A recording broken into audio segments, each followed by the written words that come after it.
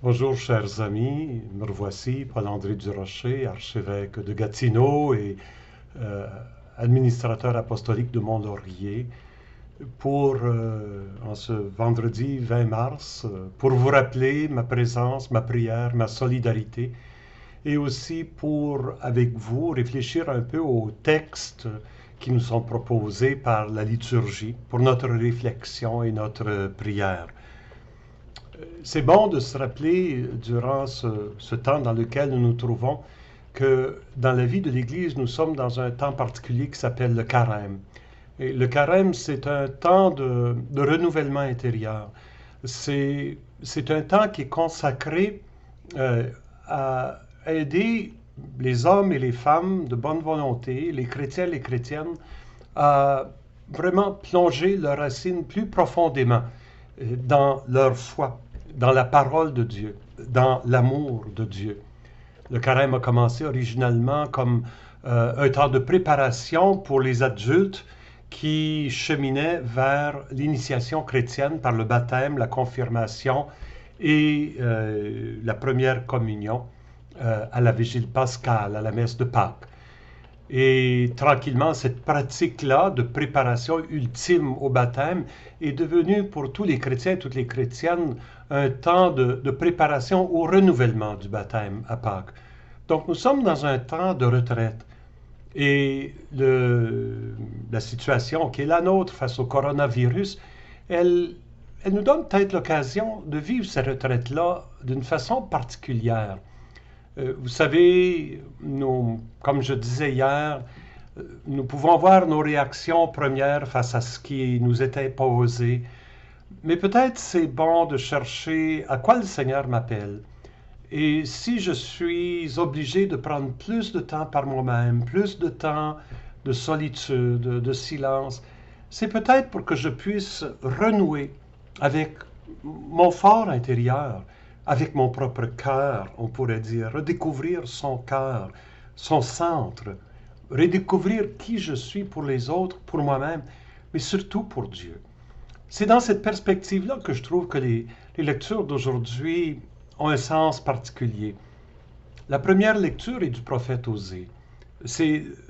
Osée était un prophète qui a exercé son ministère dans le nord d'Israël vers les années 750 avant Jésus-Christ, donc 750 années avant Jésus-Christ, à un temps de grandes catastrophes, de grandes menaces pour le peuple.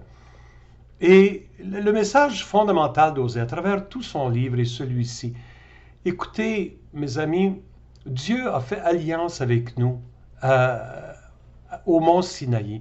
Il nous a délivrés de l'esclavage en Égypte. Il s'est lié avec nous.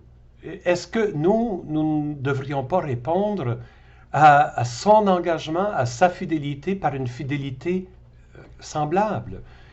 Il faut comprendre qu'à l'époque, chaque tribu avait son Dieu. Et quand on parle de Dieu dans l'Ancien Testament, on parle d'un Dieu qui avait un nom particulier, le nom qu'on ne sait pas trop comment prononcer parce que les Juifs ne le prononcent pas par respect pour ce nom. Nous pouvons dire Yahvé.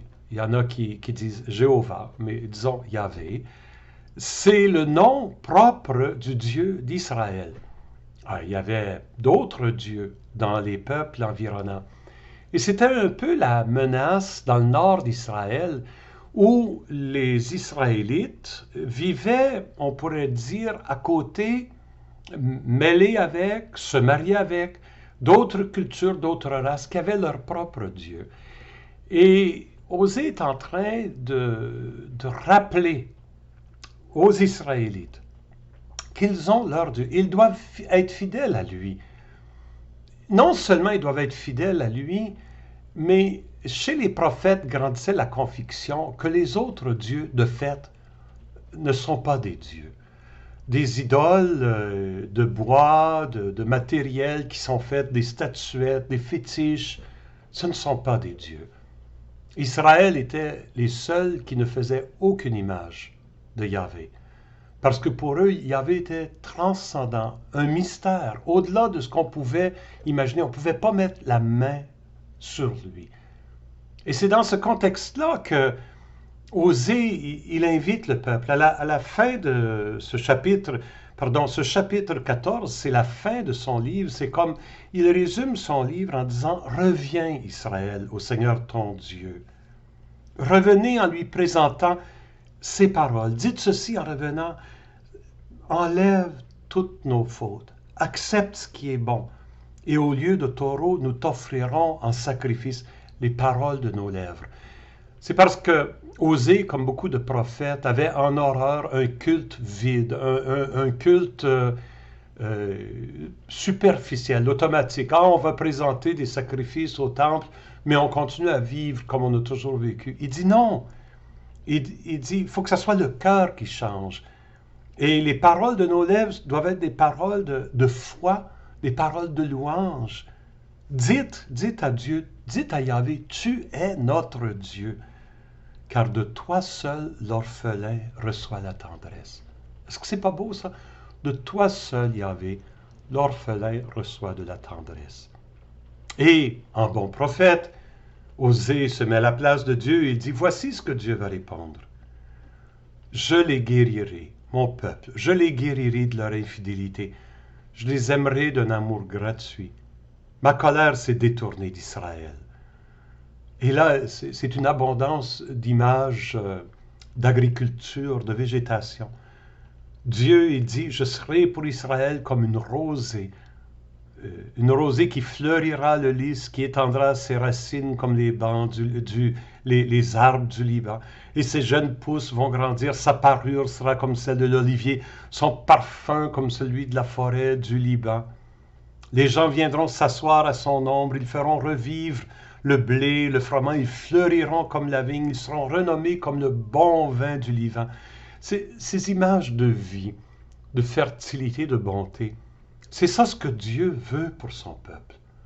Dieu veut cette joie profonde. Il veut cette vie riche. Et la phrase Dieu finit en disant, je suis comme un arbre toujours vert, c'est moi qui te donne ton fruit. Ce message d'Osée est une invitation à revenir vers Dieu. Revenir pour accueillir son amour, pour accueillir la vie qu'il veut nous donner, la joie qu'il veut nous partager. C'est pas toujours évident. Son livre finit avec ces phrases, bon, qui est assez sage pour comprendre ces choses? Qui est assez pénétrant pour les saisir? Les chemins du Seigneur sont droits. L'enseignement, il est droit. L'enseignement est clair. Ceux qui sont fidèles à Dieu, ils pourront avancer. Mais ceux qui ne le sont pas, ils vont trébucher. Alors, cherchons à avancer en comprenant ce message profond de miséricorde qui nous est proposé, un message de guérison, un message d'amour. Dans l'Évangile, c'est l'Évangile selon saint Marc. Nous sommes au chapitre 12. Jésus est arrivé à Jérusalem. C'est la semaine avant qu'il soit crucifié et qu'il ressuscite à Pâques. Jésus vit des controverses avec les chefs du peuple. Mais voici un des chefs du peuple qui s'avance, un scribe, un spécialiste de la parole de Dieu, de l'Ancien Testament pour nous, des Écritures. Il s'avance vers Jésus, lui demande, quel est le premier de tous les commandements, d'après toi, Jésus? Parce que c'était une discussion qu'il y avait beaucoup entre les Juifs. Il y a tellement de commandements, tellement de règles dans tout l'Ancien Testament, lequel est le plus important? Et Jésus cite cette phrase du livre du Deutéronome. Écoute, Israël, le Seigneur notre Dieu est l'unique Seigneur. C'est difficile pour nous de saisir ce qui est en train d'être écrit ou dit là-dedans. Lorsque dans l'Ancien Testament, on voit les traductions françaises dire Seigneur, nous savons que c'est pour remplacer le nom de Yahvé. C'est le nom propre du Dieu d'Israël. En autre mot, dans le livre du Deutéronome, c'est Moïse qui est en train de dire au peuple, écoutez, Israël, Yahvé, il est notre Dieu et il est le seul, il est l'unique, il est un. Et ensuite, ça continue. Et tu aimeras Yahvé, ton Dieu, le Seigneur, ton Dieu, de tout ton cœur, de toute ton âme, de tout ton esprit, de toute ta force. Ce qui est surprenant, c'est que Jésus n'arrête pas là. Il dit, et le second, tu aimeras ton prochain comme toi-même. En réponse à la question, quel commandement est le plus grand? Jésus en nomme deux. Et il conclut, il n'y a pas de commandement plus grand que cela. Ces deux commandements se tiennent. Parce que si on aime Dieu, nous allons aimer les hommes et les femmes qui sont créés à sa ressemblance. Et si nous aimons ces hommes et ces femmes, nous faisons l'expérience de Dieu, car Dieu est amour. Ça, c'est Saint Jean qui va nous le dire plus tard. Dieu est amour. Si nous aimons vraiment, si nous cherchons le bien de l'autre, parce qu'aimer, c'est ça, c'est chercher le bien de l'autre. Comment aimer Dieu? C'est pas en cherchant son bien, évidemment, mais c'est en le cherchant. Il est notre bien. En le cherchant, en essayant à le connaître, en l'écoutant dans sa parole, en le priant, en lui disant notre merci, notre louange, en apprenant à le reconnaître. Dieu, c'est le mystère qui nous entoure. C'est le mystère qui nous entoure, qui est au cœur de nous. Nous le nommons Dieu, on pourrait lui donner un autre nom, mais nous sommes entourés de mystères. Reconnaître la grandeur de ce mystère et que ce mystère nous porte dans l'amour. Voilà ce que c'est que d'aimer Dieu. Comment le scribe répond-il? Tu as raison, maître, fort bien, tu as dit vrai. Dieu est l'unique, il n'y en a pas d'autre que lui.